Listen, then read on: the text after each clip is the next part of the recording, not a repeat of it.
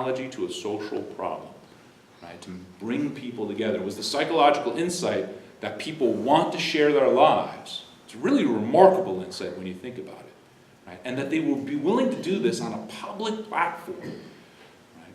And he's done all right for himself as well. Zakaria's point is that the arts, humanities, and social sciences are essential elements in innovation, right? This is the important point I'm getting at. I'm not trying to say don't study technology. We need engineers. Trust me, I want the bridges to stand up. Right? We need engineers. We need businessmen. We need doctors and lawyers. Right? We need all of these people. But I think that if you marry those talents, those skills, those fields with these other humanities, you can gain a great deal from that. Technological entrepreneurs need design, marketing, social networking to be successful. Building the product is only the first step.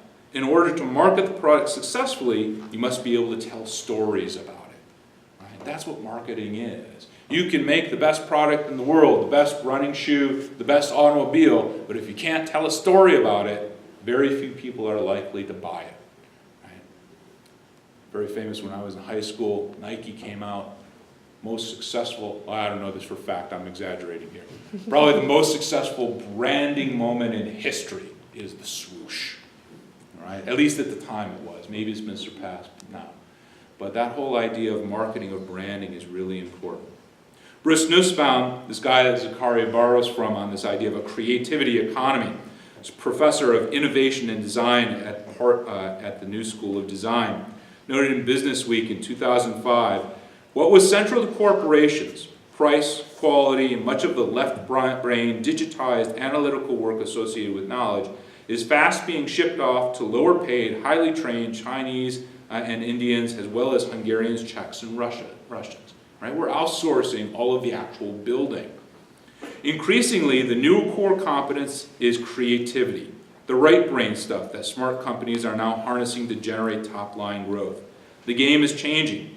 It isn't just about math and science anymore. It's about creativity, imagination, and above all, innovation. The barriers between the humanities and technology are falling. In a rapidly changing world, we cannot afford to separate technology from the humanities. The world now offers new challenges, and meeting those challenges requires an understanding not only of the technology that dominates society, not to mention the scientific foundation thereof, but of the human beings who inhabit it. So that was one side, right? That's the instrumental part. This is how I think humanities can contribute to business, science, technology, making America great again. Sorry for using that phrase, but it's true, right? The humanities combined with technology and science can have proven to make America innovative, a leader in innovation for 50, 60, 70 years. Right? And it can continue to do that, but we need to protect the humanities. We have to realize that they're there. So as I've suggested, I believe the humanities have practical value. But even more so, I believe they have intrinsic intellectual value. They are worth studying in their own right. I work at the University of Wisconsin-Green Bay. The university system of which my campus is a part has a long history. It was founded in 1848. And until recently, it held a reputation for its progressive values. The key moment of this happened in 1894. Economics professor Richard Ely was threatened with dismissal for teaching socialistic values. He was a progressive economist. He was a part of the progressive movement, was one of the leaders of the Progressive Party in the 1890s. But he taught about socialism. He taught about labor unions in the party. And so he was criticized, and he was challenged, and he was brought up on trial. And the university appointed a committee to investigate whether he was actually a communist or was going to undermine the youth or any of these kinds of things. The committee, tasked with investigating these charges, exonerated Ely and issued a statement now famous as the intellectual foundation for the university. Whatever may be the limitations which trammel inquiry elsewhere, we believe the great state University of Wisconsin should ever encourage the continual and fearless sifting and winnowing by which alone the truth can be found. It's a wonderful phrase. Continual and fearless sifting and winnowing by which alone the truth can be found. It became so famous that one of the classes call it a bronze plaque, and it's now on the side of Bascom Hall in Madison, at the University of Wisconsin-Madison, to remind us all of the importance of this. And again, hearkening back to Mr. Koplas' class, just to give you an idea of the impact, as John Keats suggested in an Ode on a Grecian Urn, which was published in 1819, beauty is truth, truth beauty, that is all ye know on earth and all ye need to know. Right? Truth is beautiful. Understanding the world around us, studying these things are worthwhile. The arts, humanities, and social sciences improve our lives, and studying art, literature, history, philosophy is its own reward. We shouldn't have to justify Shakespeare. Okay. But I still read Shakespeare. Right? It's important. It's valued. College may be the only chance most people have to study art and engage with ideas. After you graduate, you're going to have to work. It's the world we live in. And hopefully your work is full and rewarding. But probably you won't have time to sit down and really delve into philosophy and art and literature the way you do while you're in college. Right? To think deeply about the world, attempt to answer the question of what it means to be human, of who are you? Right? To reduce it to job training deprives students and society of a richer culture.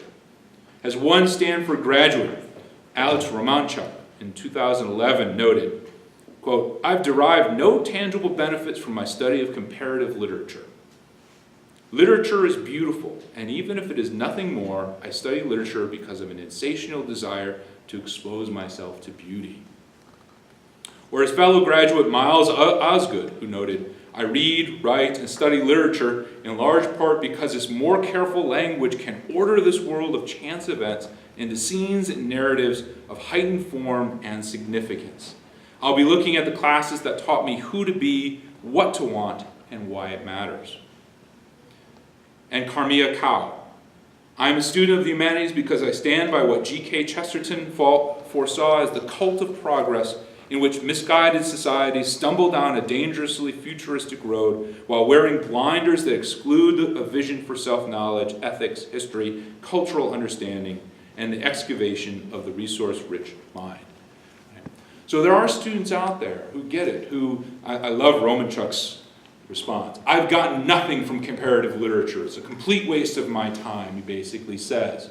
This is what Jobs said too, right? There was no future in studying calligraphy, but it's beautiful. And who knows what Romanchuk is going to do in 10 years? Right? Maybe he'll invent the next Macintosh Apple computer or something similar to that. That the foundation of education should be the search for truth and beauty has been challenged recently. Part of this criticism has been from economic perspective. As education has become commodified, has it become more expensive, due in large part to decreasing public support, education, and the humanities in particular, increasingly have been justified by the benefits it provides to consumers, jobs and salaries. However, some of the criticism is intellectual, or rather anti-intellectual. The humanities are subversive. They challenge the claims of all authorities, moral, political, religious, scientific sometimes. They question assertions about who we are, where we came from, what we can and should be.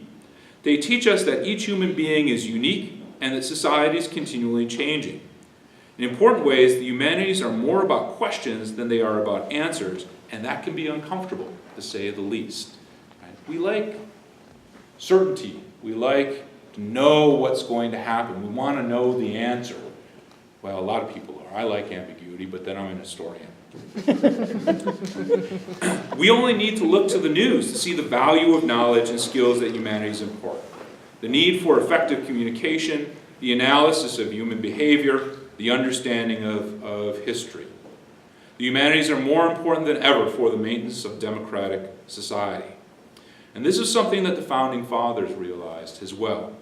Thomas Jefferson believed in education. He believed it was necessary for democracy. As a symbol of that necessity, of that need, he placed at the center of his university a library rather than a chapel. Prior to Jefferson, the church was usually at the center of a university. Jefferson says, no, what's really important is knowledge. I'm going to put it at the center of the university. I should comment too that there's a library at the center of my university in Green Bay too. It's really cool. In a bill for the more general diffusion of knowledge in 1778, Jefferson argued that any government could degenerate into tyranny. This is one of the founding fathers of the United States, the founder of our democracy. Education of the public was the best way to secure democratic values and institutions, and the study of history in particular was the most effective prevention of tyranny since it offered examples of past tyrants and how they had been defeated. Jefferson believed that the state should be governed by the educated rather than what he called an unnatural aristocracy based on blood or wealth. Without public education, he feared, the state would be ruled by a privileged elite. Education for Jefferson was the road to democracy, the road to equality. 70 years later, Frederick Douglass also realized this element and the importance of education in attaining freedom. In Narrative of the Life of Frederick Douglass, an American slave, he records the words of his owner, Mr. Old, and his reaction to them. And you'll forgive me, I'm going to use a rude word in a minute. A nigger, this is a quote from Douglass, a nigger should know nothing but to obey his master, to do as he is told. This is Mr. Old talking to his wife. Learning would spoil the best nigger in the world. Now, said he, if you teach that nigger, speaking of himself, of Frederick Douglass, how to read, there would be no keeping him. It would forever unfit him to be a slave. He would at once become unmanageable and of no value to his master. As to himself, it could do him no good, but a great deal of harm. It would make him discontented and unhappy. These words sank deep into my heart, stirred up sentiments within that lay slumbering, and called into existence an entirely new train of thought. From that moment, I understood the pathway from slavery to freedom. That education, that reading, that learning was the path to being free. Similar sentiments have been stated more recently by Martha Nussbaum, who is a distinguished service professor of law and ethics at the University of Chicago, who noted in her book, Not for Profit, Why Democracy Needs the Humanities. Radical changes are occurring in what democratic societies teach their young, and these changes have not been well thought through. Thirsty for national profit, nations and their systems of education are heedlessly discarding skills that they need to keep democracies alive. If this trend continues, nations all over the world will soon be producing generations of useful machines rather than complete citizens who think for themselves, criticize tradition, and understand the significance of another person's sufferings and achievements. The future of world's democracies hangs in the balance. The humanities, then, are necessary for democracy. And democracy is fragile.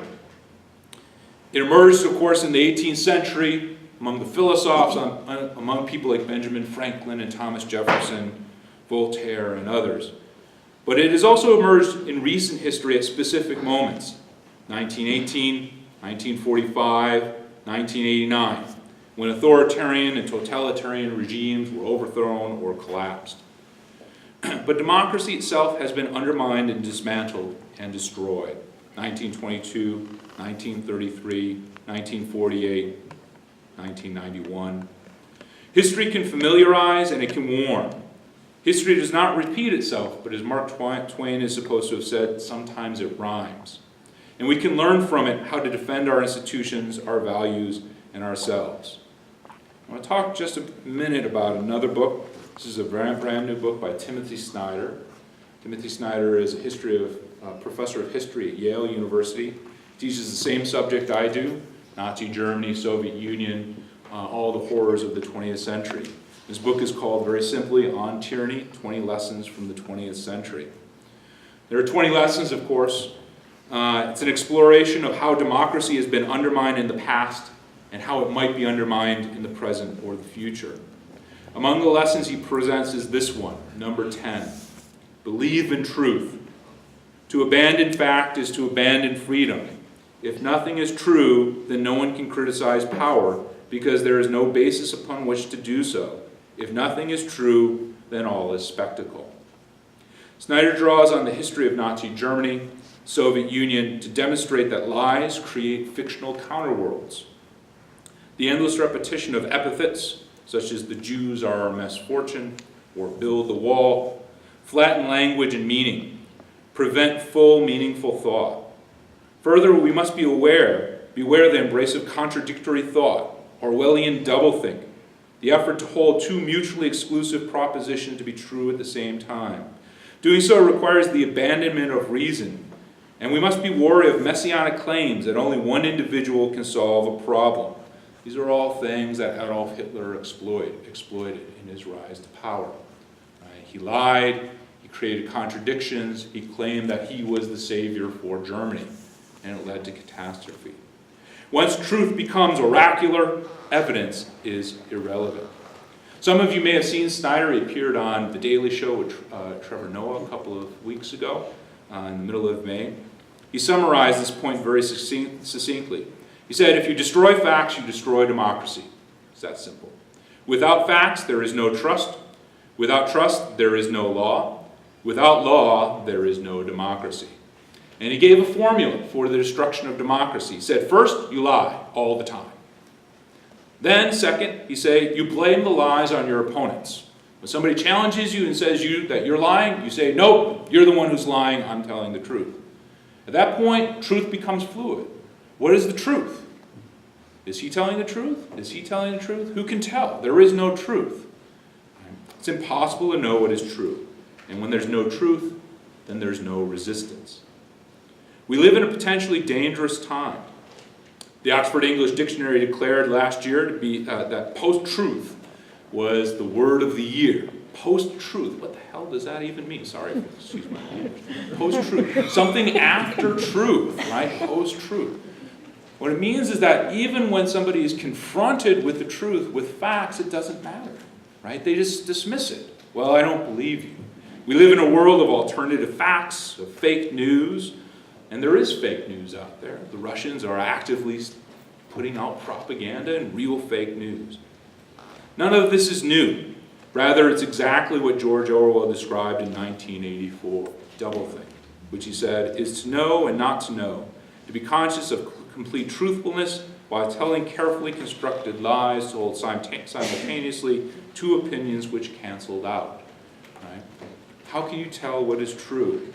And for those of you who've read 1984 or seen the movie or even just thought about it a little bit, those slogans that Orwell came up for the ministry, war is peace, freedom is slavery, ignorance is strength, are very powerful. Right?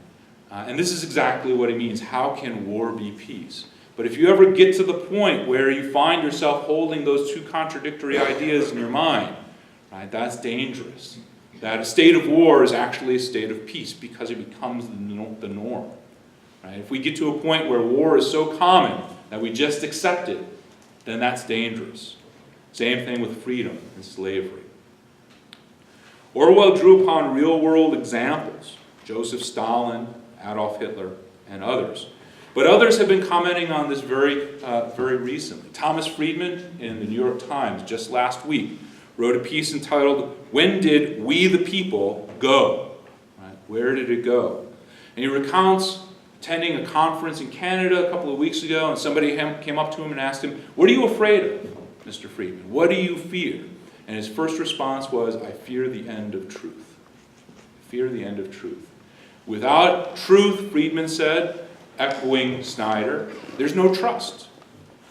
Friedman is very much afraid that we're descending into sectarianism, that we're dividing ourselves, that we have no common ground anymore. Right? And this has happened throughout history. It used to be religions, it's been race, now it's politics, Republicans and Democrats at each other's throats, unable to comprehend one another. Right? And it's becoming increasingly violent.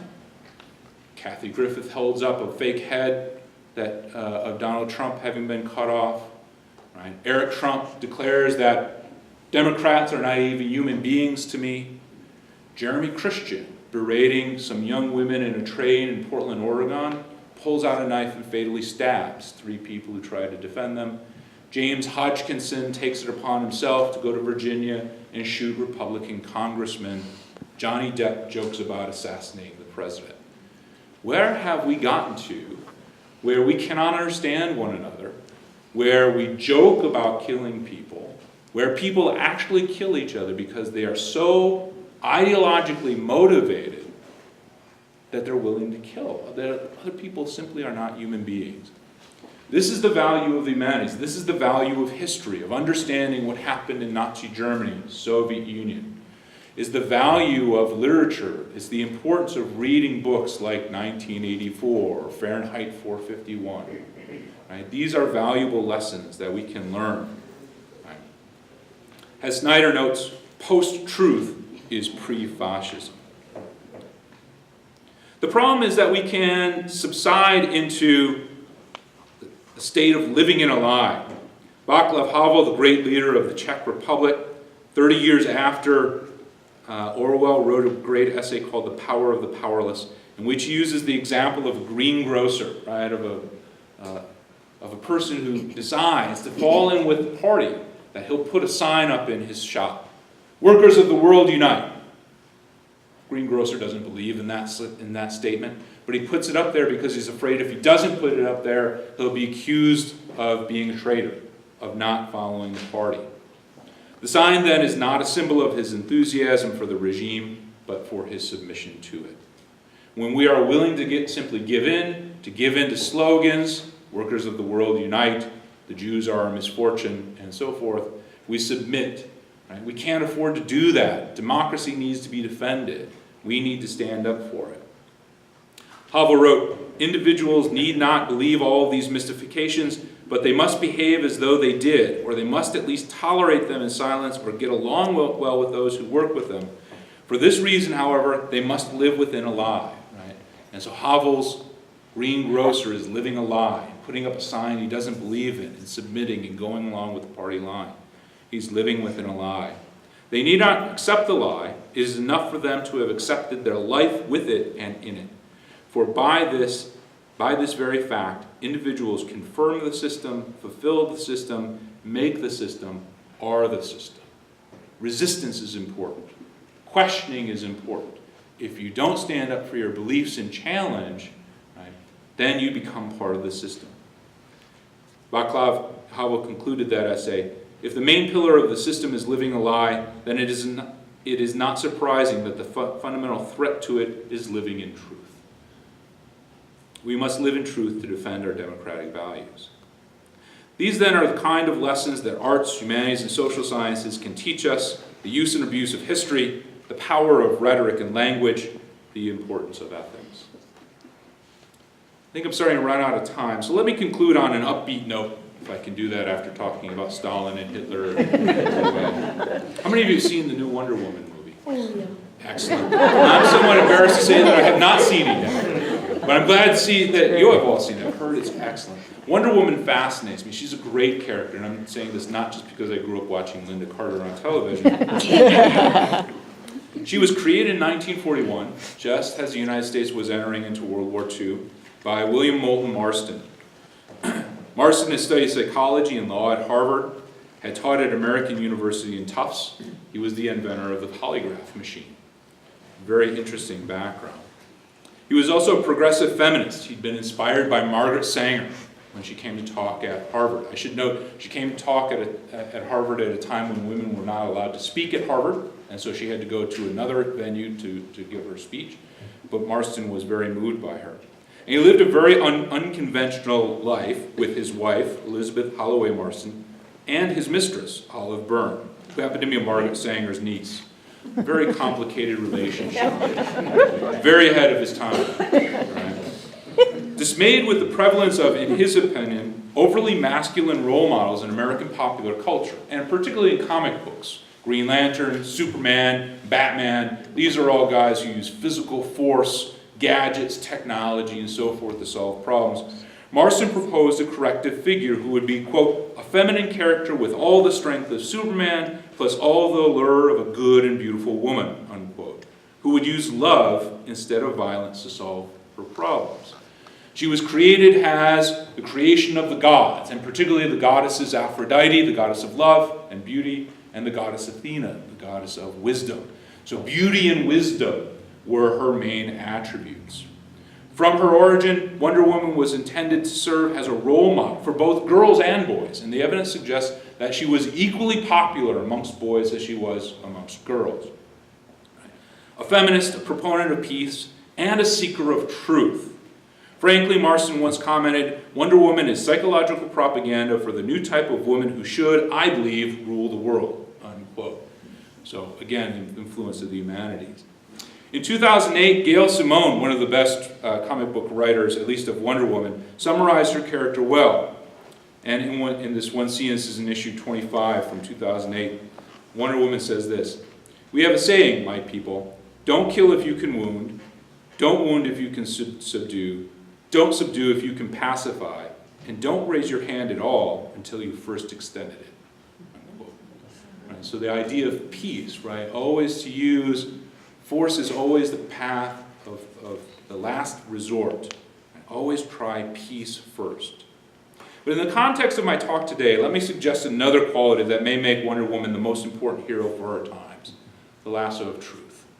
Right? This is her key weapon. It's very different from any of the other, Green Lantern with his ring that creates tanks that blow people up and stuff like that. It's very cool. And when I was 12, I loved Green Lantern, right?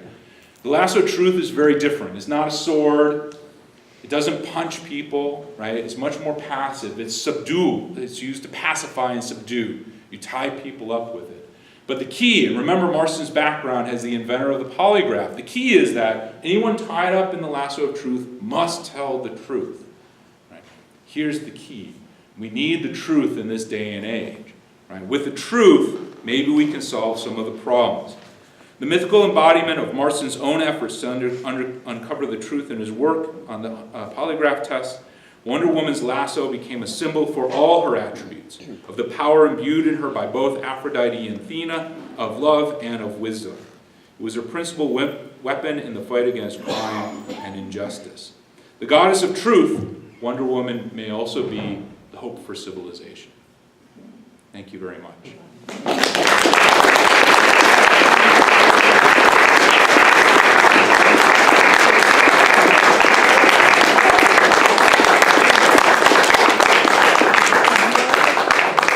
So I'm sorry, I think that went a little bit longer than I was supposed to, but I think we still have some time left. If anyone has some questions or would like to talk a little bit, I'd be happy to do that. Yes, sir. Did you ever get a tech pitch from John Koplas? I did. Yeah, I did. We were just talking about that before the lecture.